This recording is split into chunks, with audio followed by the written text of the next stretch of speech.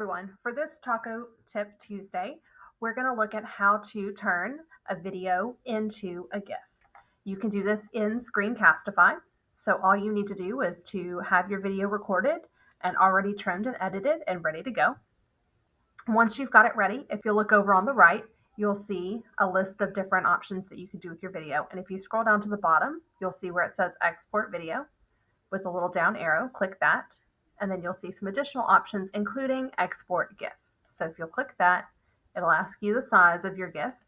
Click export, and it will take a couple of minutes for it to export.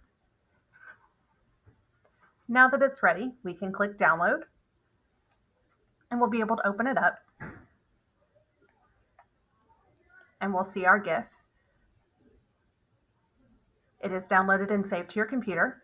You'll be able to see that it follows the steps through the process, and when it's finished, the video will repeat on a loop. So if this was an example for students to follow, they could watch this video repeat on a loop as many times as they needed.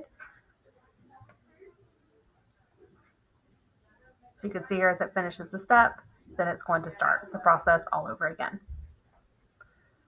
Show you this one more time. My second example is a video that I made showing students how to get to Schoology.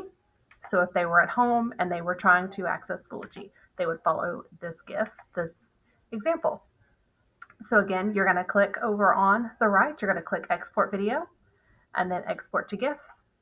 And once it's downloaded or once it's exported, you'll see the download GIF. Click that.